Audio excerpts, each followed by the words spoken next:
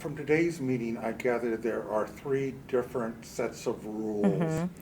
Yeah.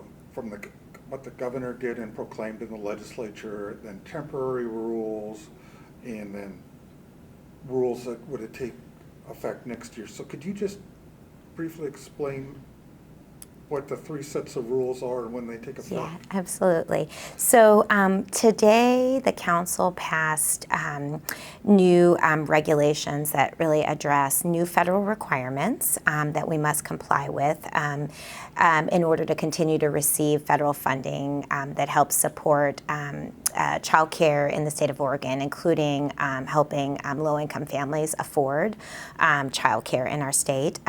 So we passed important changes that meet those new federal mandates as a result of a new federal child care law that was passed in 2014.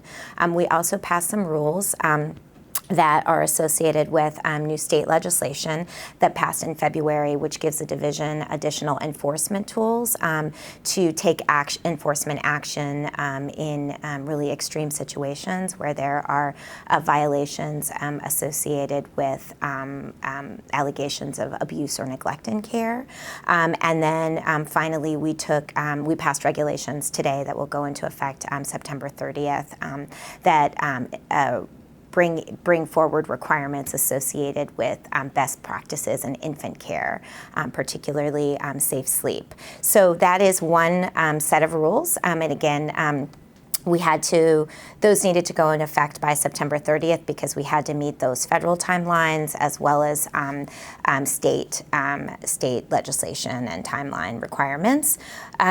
We are then looking at another rule set that will come forward to the council at their September meeting, which makes permanent some temporary rules that are currently in a comment period. And those are really a set of rule changes that are associated with a directive from Governor Brown to really enhance our communication with families and provide them more information about the safety of child care, as well as stay in better communication with them when we take enforcement actions that could create a disruption or an interruption in their current child care arrangement. So this is part of a commitment on our part where we believe that an important part of ensuring the health and safety of children in care is to be in better communication with families. So those rules will come before the council as a proposal to be made permanent.